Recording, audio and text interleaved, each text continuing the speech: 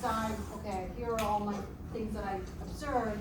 They're not right or wrong, they'll just show up to whatever you pick. So the wrong answer will also show up in that list, right? So it's not, there's no assessment, there's no checking. So it's just there because you're in a virtual world, you don't have a way of writing stuff down, okay? So keep that in mind on Wednesday and use the avatar. There are some symptoms the avatar will show that you cannot know unless you actually get it out of the behavior. Okay. All right, let's get going. It's now 2 minutes after. Today we're doing the auditory and vestibular system. In my account, this is my favorite lecture because I think the system is just so elegant. It's just well constructed, and I'm like amazed that we evolved this way. So, auditory and vestibular system, as you know, are coming out of one cranial nerve 8, but there were actually 2 very separate systems. They just happen to, for whatever reason, those 2 nerves fuse together and become a single cranial nerve, but they otherwise are very separate. So we can divide the organ into 2 sections, the cochlear division and the vestibular division. Okay, so the cochlear obviously is carrying the auditory information, the vestibular is giving position and orientation, and each one has a unique mechanoreceptor utilizing hair cells. And hair cells are the mechanical component that when the hair cell flexes, creates the information that's sent through each of the appropriate cranial nerves. Okay, so we're going to do one at a time. We're going to do auditory first. The auditory system has 3 kind of units, 3 kind of segments. So the outer ear is basically your auricle or pinna plus the external auditory meatus. Okay.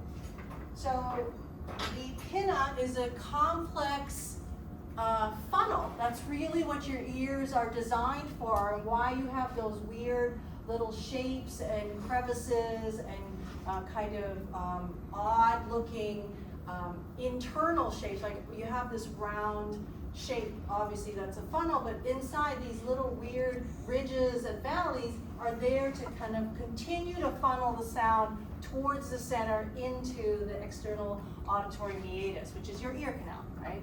So those are all parts of your external ear. We have the middle ear.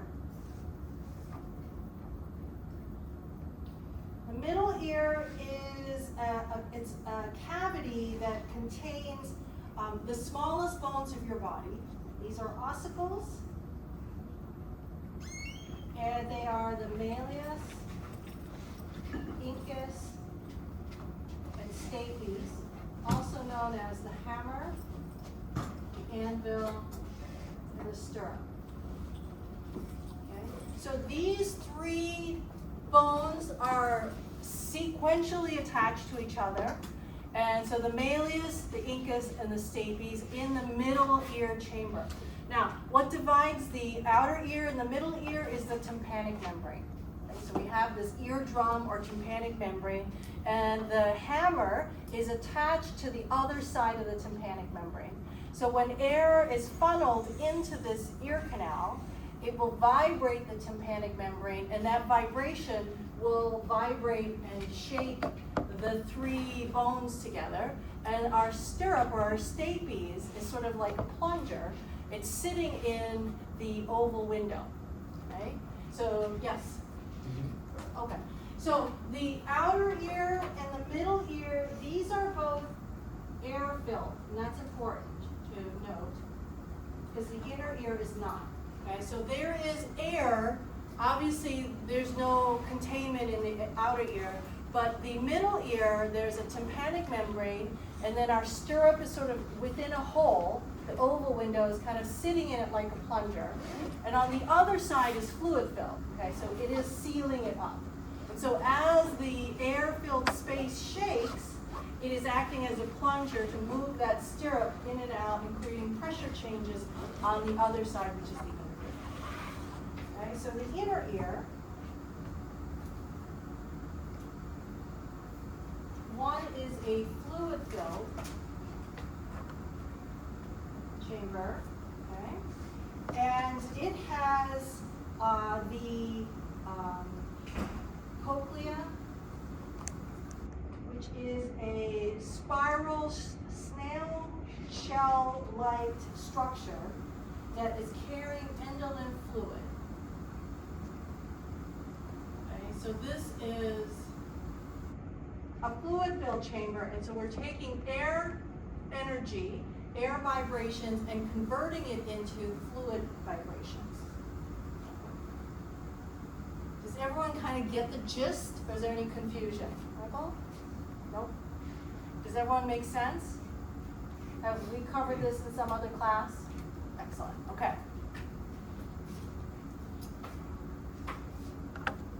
Now, in addition, once we get inside the once we get inside this fluid-filled chamber, in addition to the cochlea, we have the vestibule. We'll talk about that in a second, but just know that all of this remaining organ structure is inside the fluid-filled segment. And so we have really the biggest one is the cochlea, and then the vestibule. In the vestibule, you'll find all the other small mini chambers, like the semicircular canal, connected to the vestibule. So let's stick with the auditory system. Okay. Now, the cochlea is yeah. Can osteoporosis affect the ossicles? Yes. So you can have arthritis, you can have calcium, sort of adhesions in here where they fuse together. This is often an area that would, in elderly patients, when they start to lose their hearing, is because these have been calcified a little bit, and so they don't flex as well. Alternatively, when you were young, maybe when you were, some of you as infants had bad ear infections, so we have fluid filling the middle chamber and not draining, so that's an inner ear infection. One of the solutions is to punch a hole in the tympanic membrane so that it can empty out. Otherwise, the pressure in here, there's nowhere to go. It can't go into the inner ear, it can't come out of the outer ear because of the tympanic, so it's a lot of pain, which is why you have a lot of screaming kids. And so the easiest one is to put a stent and allow that to empty out, and then they grow out of the kind of phase where this tends to fill up. But an inner ear infection is this section that's supposed to be air-filled, but not. It's filled now with bad fluids. Okay, any other questions? Okay. Going in towards the cochlea is a snail-shaped structure, and it is in the length of its snail. So think about it as a tube, and throughout the length of the tube are an arrangement of hair cells.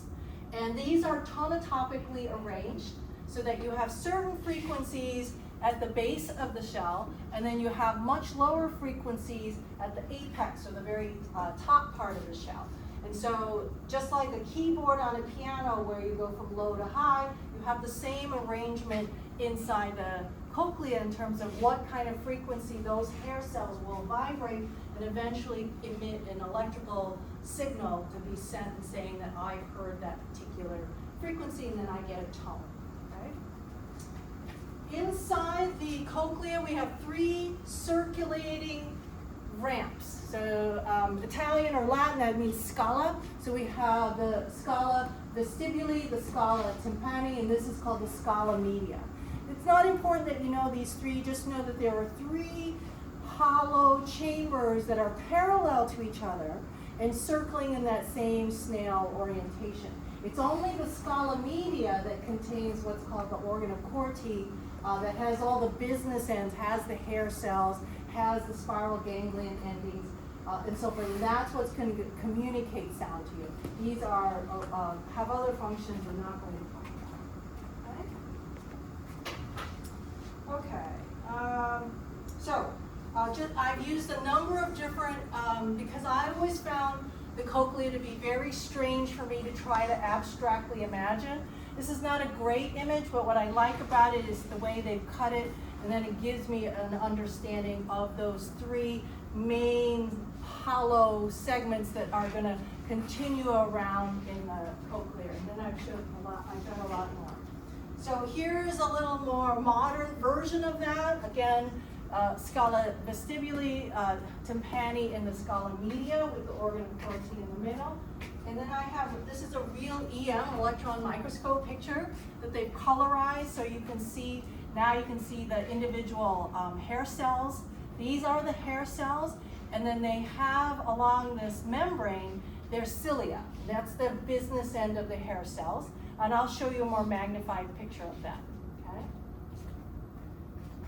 Here are the hair cells themselves. So each one of these is a hair cell, and then you have at the end of each hair cell, these little stereocilia. These little, and then what's bathing the very tips, the bristles of the cilia, is that endolymph fluid. So as the endolymph fluid is taking and giving off vibrations, it's flexing, waving these cilia, and when they bend, they fire off an action potential. Okay, so here are the hair cells. This is the cilia. This is not a hair cell, this is just a cilia, and then we are magnifying it even more. And so you can see the cilia are arranged kind of in these little bundles. What's important to know is the cilia are tied together with these tipplings. Okay?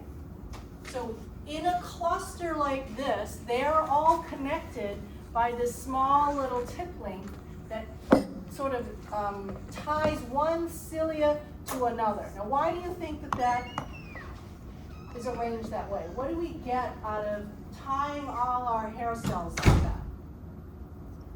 A larger action potential. Amplification, right. So we don't have to rely on a large sound to tip over all of these cilia. I just need a modest sound, and when one goes over, it'll drag the others over. So I, in effect, am amplifying the sound, so I have more sensitivity. I will hear sound with less signal. Okay? So that's a really important feature, it sounds like an exam question. Okay? So amplification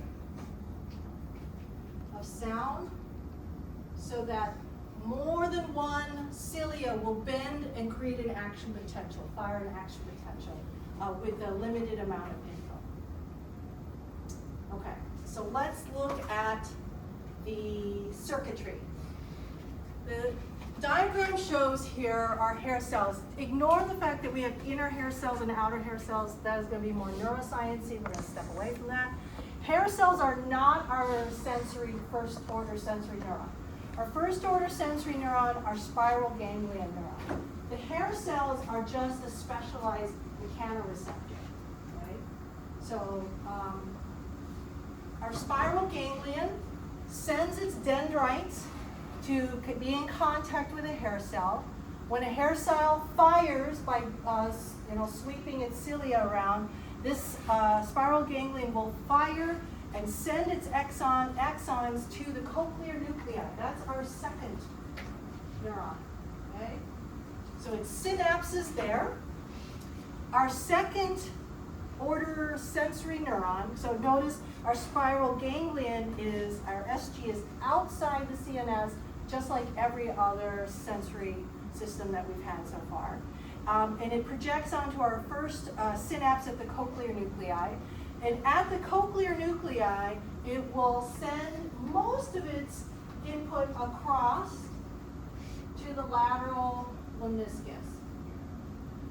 Okay, so that's the pathway it's joining. The lateral lemniscus, which then ascends to go to the third order neuron.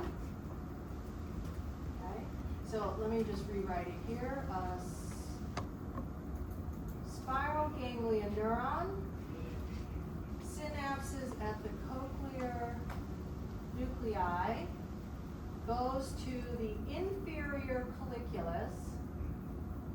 Okay.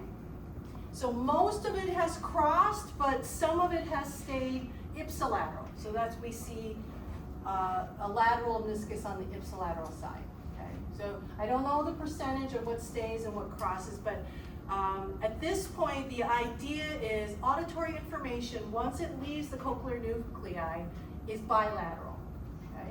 So only anything that precedes the superior, or the spiral ganglion, that is all unilateral input. But as soon as we get leaving this cochlear nuclei, we are now going bilateral. So we have both, most of it's contralateral, you can see that the line is a little thicker, some of it is ipsilateral. Their next stop is the inferior colliculus. The inferior collicular nuclei is going to the MGN, where we meet our fourth order neuron, and then the MGN is going to Brodmann's area 41. That's our primary auditory information. Cortical area, okay? Does everybody understand the circuit? Any questions about it? So, when we damage centrally any part of the auditory system, whether it's 41, the MGN, the inferior colliculus, we do not see appreciable hearing loss, because in this lateral meniscus, we are getting information from both ears. So someone isn't completely deaf or loss of hearing in that one ear if it has anything to do with anything past the cochlear nuclei. Yes, Owen? You said after the cochlear nuclei, most of the input crosses to the lateral meniscus? Yes. Meaning? It's hot in here, I'm gonna open this up. Hot. Yep, keep going. Meaning like, it stays ipsilateral, or like that track is majority ipsilateral? Yes, but then on the other side, ipsilateral, lateral meniscus over here. So they just focus end up ipsilateral? Yes. Yep. So I wouldn't say it's, 90-10, but it's going to be reasonably balanced, because we don't see, when we lesion like one inferior colliculi or cut some of this lateral, we don't see a noticeable difference. What we do get, what type of hearing loss we do see is one, the foreground background problem, and two, location. Local line. Okay, so foreground, background. You're in a busy cafeteria, cafe, and you are having a conversation with somebody who's right in front of you, but you have to parse that with the information that you're hearing, all the noisy dishes clacking and all the other conversations and the traffic on the road. And so your brain normally can make that foreground more important to you than the background noise. You can have that conversation. Without that, if you do damage anything after the cochlear nuclei, they become more equal and the same, and so they're more difficult to localize.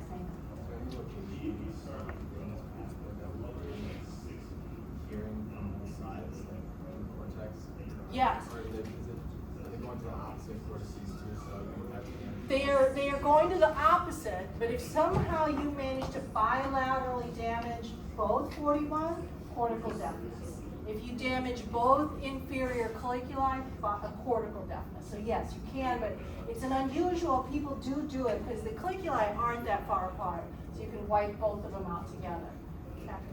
Are the cochlear nuclei put together to see it? No, they're not. You can lesion one if you get it in its entirety.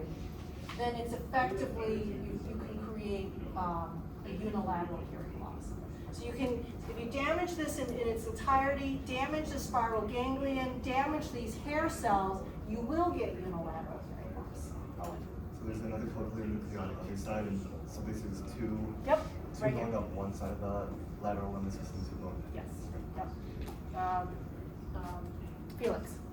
With the people who have difficulty telling foreground and background, are they still able to enjoy public events, like going to a Brewers game? And Yeah. But they'll just have a little challenge with identifying that sound, that kind of distinction of sound. The other one is they have difficulty localizing.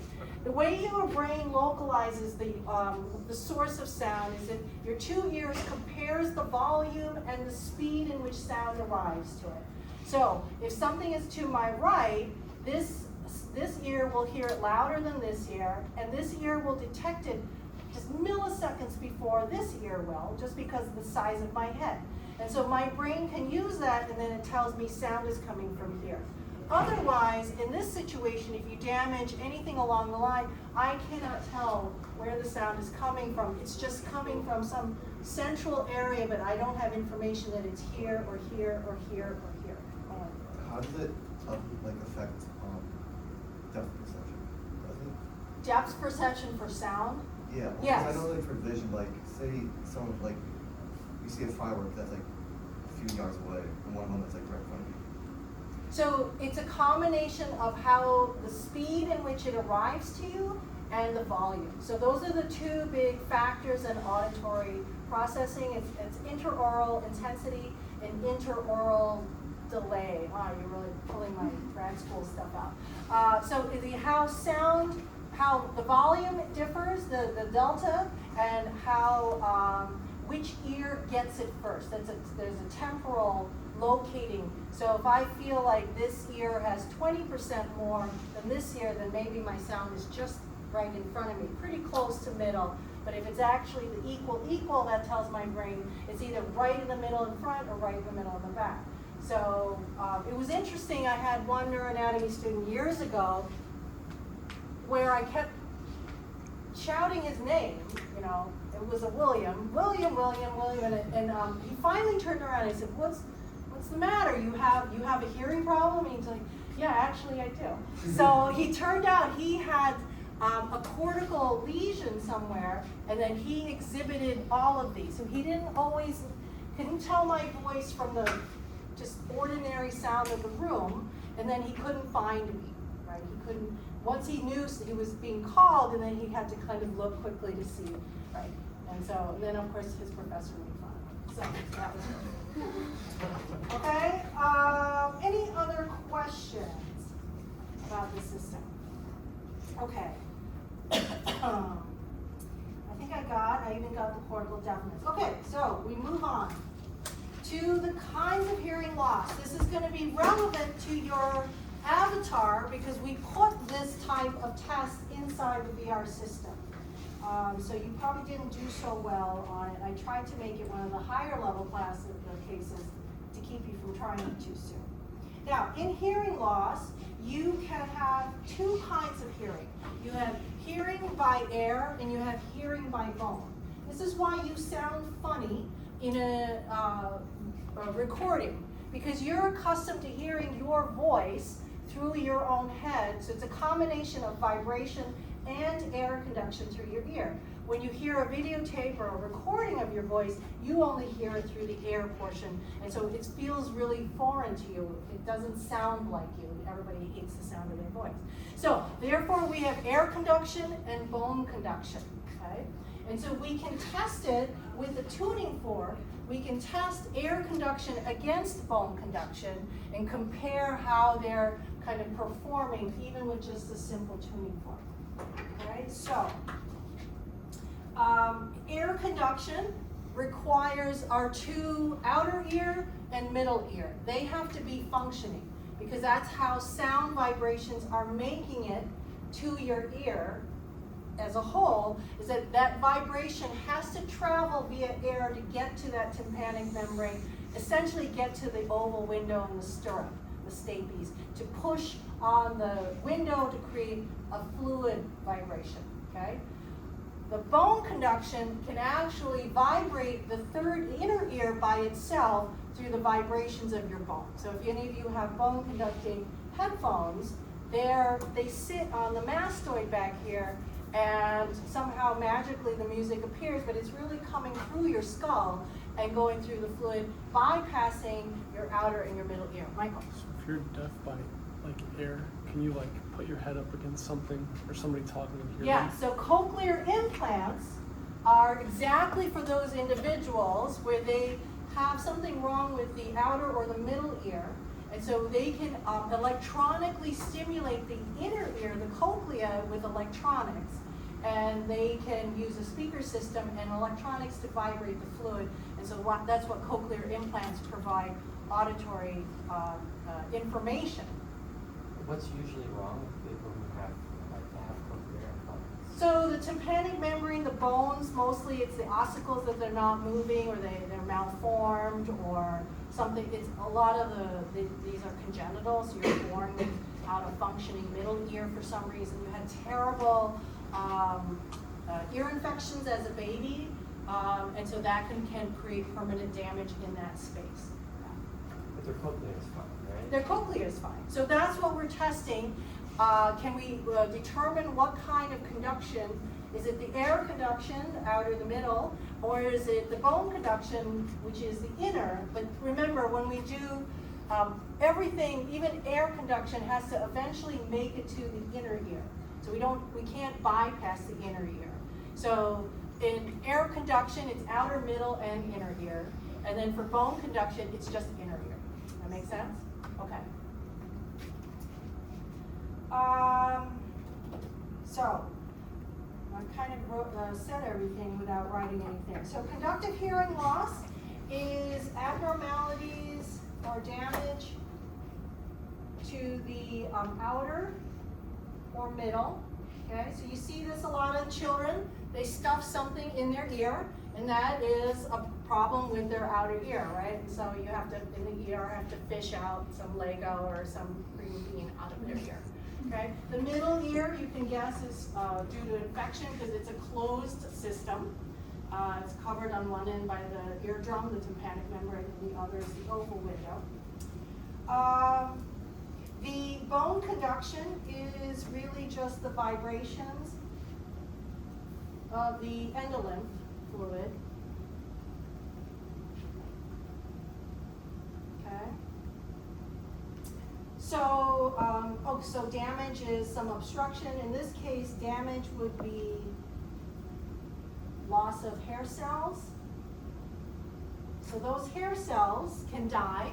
Every time you put really loud headphones on, you go to a concert, you work at the airport, any really high decibel, just know that you are killing a good couple hundred of those hair cells off. By the time you get to my age, you will have appreciable hearing loss. So there's a conference room upstairs that has a really high-pitched buzzing coming out of the lights. I don't notice it, but all the young people, like, I cannot stand to be in this room. It's piercing sound, and I'm looking at them like, that's too bad. Here's the first advantage of being old.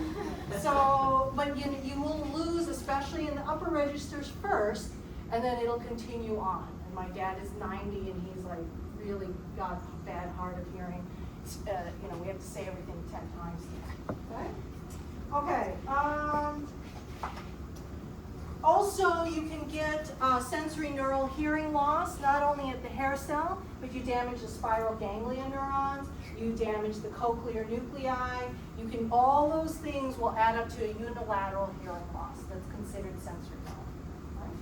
Okay. So let's talk about how we test them. This we see in the VR system. It's the Renee and Weber test. You saw a brief video. I won't show it to you again. It's locked in this slide as well. But let's do the Renee test. The Renee test, actually all of these, both of these tests are comparing air conduction versus bone conduction. And this is a really crude preliminary test. Obviously there are more fine auditory tests with headphones and different tones and being given at different sides that we do, but in an office setting you can do this. The Renee test is when you take a tuning fork and you start with the mastoid. Okay, so Emily, can you hear this? I can't, I promise. Okay, you still hear the sound? Let me know when you can't hear the sound. Okay, she's gone. Gone? Can you hear it still? Oh, it's not vibrating. It was kind of late. But so you can normally hear it on the mastoid, and when you can't hear it, because bone conduction is less sensitive than air, that's always a given. Once I can't hear it, I can still hear it here. Okay, so like air conduction is more sensitive. So that's what you're testing, bone first, then air, and then bone first, then air on each side. What you're trying to find is if you were a normal hearing capacity, the tone should always be louder than in air, than bone. Okay? So you should always be able to hear, oh, it's still vibrating. You should always hear it here, even though you can't hear it here anymore. Okay? So this should not be the loudest sound. If you have what is called conductive hearing loss, so remember, what is conductive hearing loss? Anything obstructing my external ear, like a green bean, or something in the middle ear. My ossicles are calcified, I've got too much fluid in there, so anything in there that's preventing the bone movement against the tympanic membrane or the oval window would be considered conductive hearing loss. In that case, bone will sound louder than air. So therefore, the mastoid test will be much louder, and they may not hear this, signal up front, okay? For sensory neural hearing loss, so this is anything after, this is the cochlea, the hair cells, the spiral ganglion, the cochlear nuclei, okay? You would still have, air is better than bone, but altogether it's a diminished sound, okay? So it's not as loud as maybe the other side, the good side, bad side, okay? That makes sense? So that's what you're asking your patient. Do you hear it here? Do you hear it here? If you get a yes or a no or and a yes, you can start to say, oh, I think you have conductive hearing loss or sensory hearing loss. The Weber test is a kind of difference between left versus right. Okay? So in this case, your tuning fork is placed at the very top of the forehead, and you're asking the patient, can you hear the sound? This is a little harder in a big room like this, but can you hear the sound, and which side is louder, right? So normal, in a normal response, it should be equal both sides.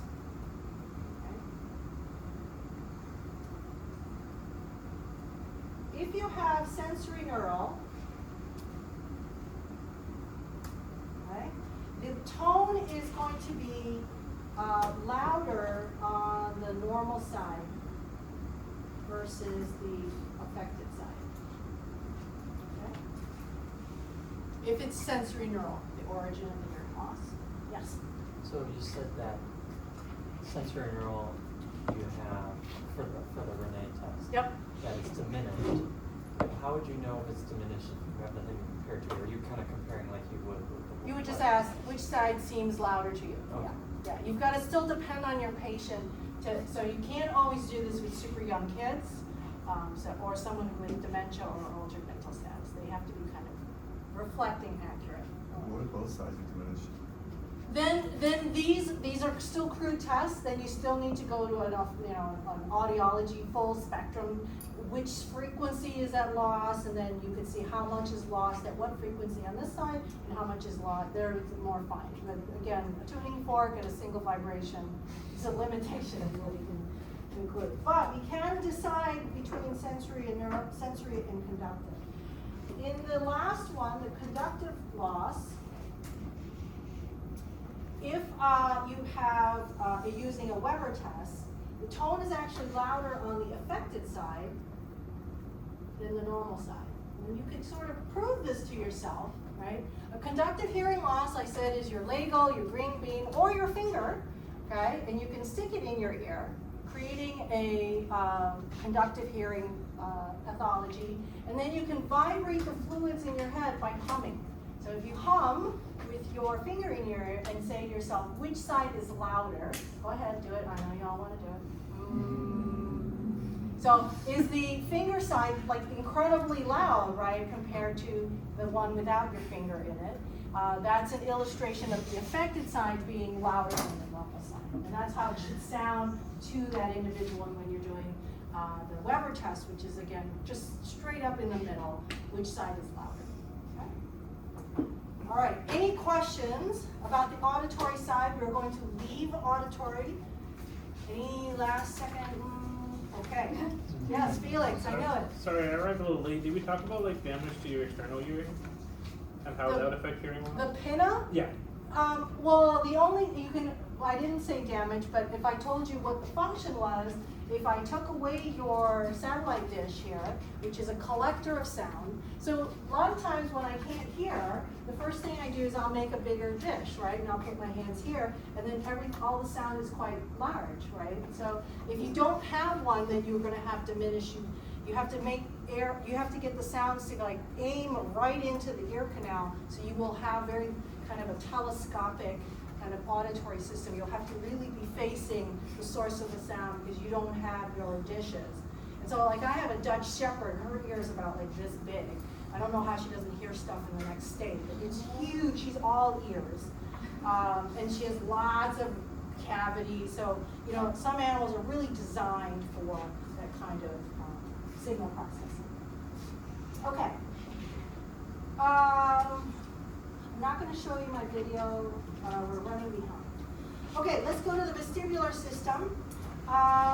Your vestibular system is used to keep track of orientation of you and the orientation of your environment together. We have different kind of small organs to do very unique aspects of this.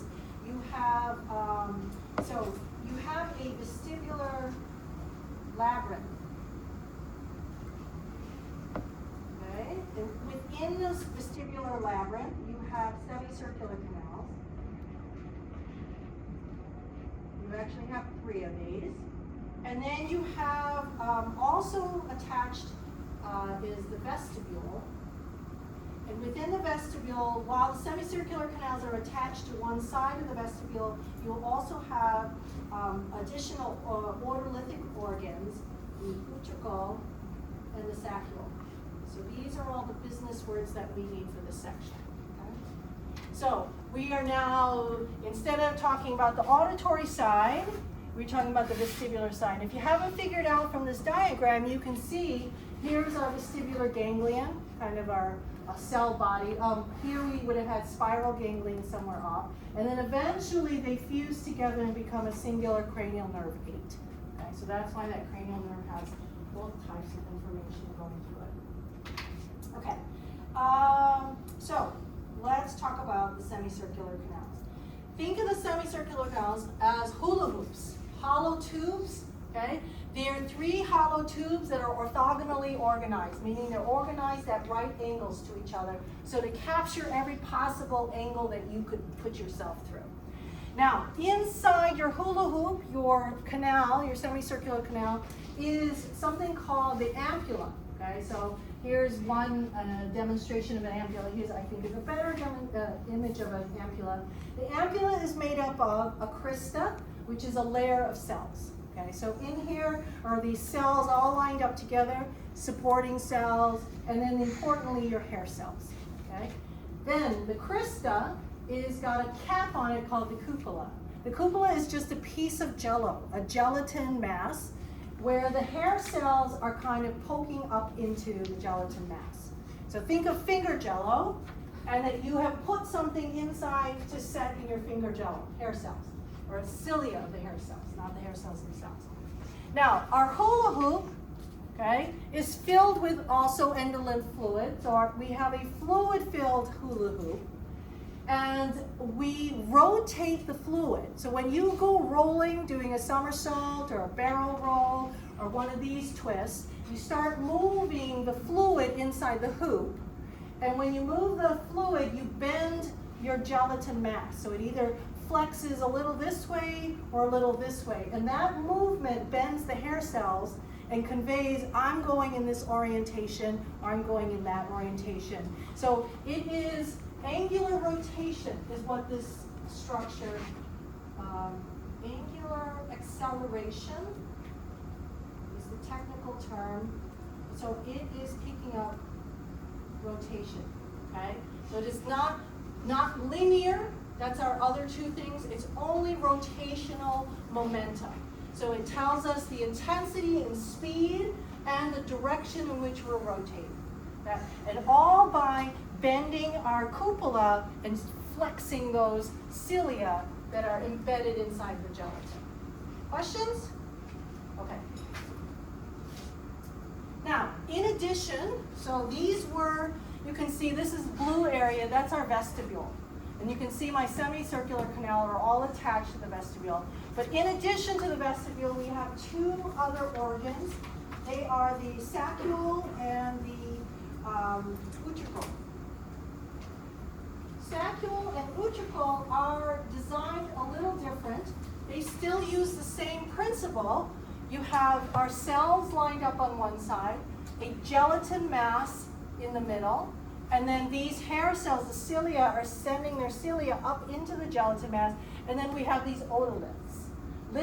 Lithic is stone, and oto means ear, so these are ear stones. These are calcium carbonate little molecules, and they have some weight to them. So if you imagine, this structure is like a hairbrush with the bristles pointing up, and I have put something kind of heavy on top, and so when I move, the heavy stone on top will either crush or push down my bristles or cause my bristles to sway, and that movement then conveys information. So the saccule is good, so these are all linear acceleration. And the saccule is gravity, so anything up and down. So the fact that I know that gravity exists on me, I can feel because of the saccule. If I'm riding up and down an elevator and that changes, or a rocket ship, I will feel it through the saccule. Whereas the utricle is linear in the opposite way. It'll be side to side and back and forth. Okay, so if I'm in a rolling desk chair and I'm being pushed back and forth, or I'm being swung side to side but still on a horizontal floor, no rotation, it's my utricle that's carrying that information. Make sense? Yes, Bridget? How does that work in someone who's like easily motion sick? So that's a good question. Motion sickness comes from over exaggeration of signal coming to either these hair cells or the hair cells inside your semicircular canal. So my sister is notoriously, ridiculously, and annoyingly sensitive to any motion. She gets the front seat of the car since she was little. So all of us had to go in the back of the car because of her. She can't look at motion without getting really sick. So we think that there's something either wrong in here or her otoliths are too heavy. And this is very common with aging. You develop more calcium deposits, so this becomes a little heavier and becomes more sensitive. It creates aberrant signal pushing down or moving when you really aren't moving that much. And so you get more signal than you should. So is there a hereditary component to motion sickness? Yes. Okay. Yes, my mother had it. Do you know? I do not. Yeah, he's I like, could be swung upside down, but now as I get older, I am. Like I can't do the roller coasters anymore. I won't. So, you know how like pilots and astronauts like pass out during like heavier Gs? Is it because of the inhibition of that? No, that's more of a vasovagal why you pass out because of the oxygen not being able to get up into your brain. But you can. They usually put astronauts in a centrifuge. So I can't remember. Mission to Mars. Have you ever been to Disney World? There's a mission to Mars. It's a ride. It's the same centrifuge that they put pilots and astronaut training in. So you are literally being spun, which is why in the ride they have you play with these buttons so that you can't. You really try to be discouraged from turning your head. They want you to look as straight as possible. Yeah. So don't ride it. Yeah. So with like vertigo, is that also more like vasovagal, or is it also? It is both, but if you let me get to the circuitry, you'll see how they're all connected. Okay. Woo! I gotta get going, but I'm glad you guys are excited about this. Okay. So how does the vestibular ganglion cells then have to come and talk to the vestibular nuclei? And we have 4 vestibular nuclei. So the first one is the medial and the inferior vestibular nuclei. okay? And these are basically, once they've been synapsed here, they go down, so they're descending, they go to the spine, and they're important for controlling neck and head position. So as you do mundane things like bend your head to take notes, reach down and tie your shoe, you're constantly changing the balance of your body, but we don't all tip over because we reach down to tie our shoes because of this descending pathway through the vestibular system going to your spine and giving you the ability to adjust the right muscles so that we don't just tip over like we were like a plastic robot, right? We have the ability to compensate the small adjustments we need to make so that we don't fall down. So the lateral vestibular nuclei also is a descending, okay? And it's important for maintaining posture and extensor tone. So this works hand in hand with engaging the right muscles so that you can adjust to the kind of body changes, right? You tighten up the core, maybe you tighten up hamstrings versus quads, or you tighten up upper extremities to balance. So you'll have a lot of this unconscious processing that you do just through the vestibular system. Oh, Does that communicate with the vermis? yes, that's my next one. Okay. The superior vestibular nuclei, okay, is one that actually ascends, okay, and it ascends to our medial longitudinal fasciculus, okay. So because it's going to the MLF, it is allowing our eyes to compensate for all the movement. So as I walk across, I change directions, I look back, I look up front, my eyes and the muscles of my eyes have to adjust. So the trochlear, the abducens, and the ocular motor are all getting information through the MLF. In addition, this is the pathway that's governing the vestibulo-ocular reflex. So as my head turns, in order to keep your vision, my vision of you stable and static, my eyes will move in the opposite direction as my head is moving, in the same exact 1 for 1 degree. Every degree to the left, my eyes will do that same number of degrees to the right. Okay? Now, other inputs using the vestibular nuclei going in, cerebellum, so vermis. Their classes are not as long as ours. All right, so we got a couple minutes. I'm going to slam this in. The cerebellum is an input. The spinal cord is an input. The brainstem. And so, to Owen's question, the vermis and the vestibulo, or the floccular nodular, are big inputs. The vermis and the floccular nodular, because they're postural control, are big inputs into the vestibular nuclei. And then, of course, the outputs, cerebellum, thalamus, the spinal cord, and of course, any motor nuclei that's involved in muscle control or eye control. Okay? So, if you want to hear the pub crawl version of this, you may stay, but if you have to go, you can go.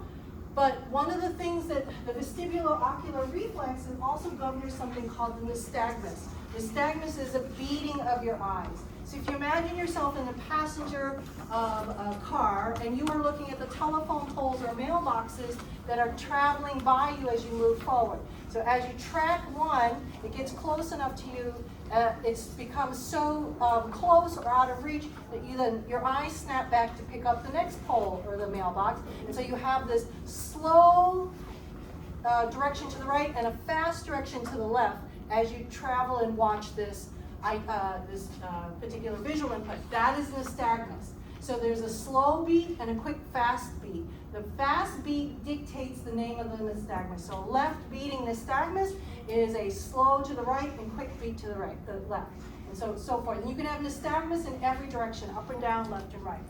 What's interesting is that you can put water inside someone's ear and create a false sense of nystagmus. Because remember, our hula hoop is a fluid-filled kind of contained section. We can create a convection current where the fluid is artificially moving from cold to hot and hot to cold. And so we use the cow's mnemonic.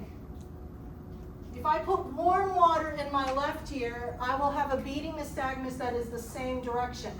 If I put cold water in my left ear, I will develop an opposite. So cold, opposite, warm, same, to decide which way the nystagmus will happen. Finally, what is this? Does anyone know this offhand? It's alcohol. Ethanol is a wonderful interaction with your semicircular canal. Now, as you go out and drink, and your blood alcohol level is starting to increase the alcohol concentration, the alcohol then infiltrates the cupola, more so than water. And then alcohol is dense, less dense than water, and so it'll create your cupola to start to float inside here. And then when you float, you're pulling on the hair cells, you're flexing, and you're giving a lot of signal. And of course, the semicircular canals are there to tell you what kind of information?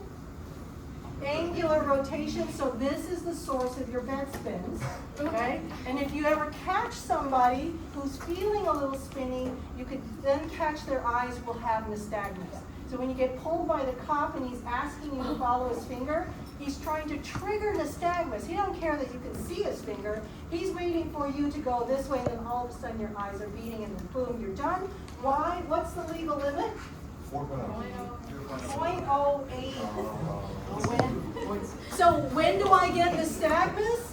Nystagmus will occur at 0.04%. So remember that when you get pulled over, you don't have to be legally intoxicated, just halfway there. Okay, bye-bye. I'll see you Wednesday.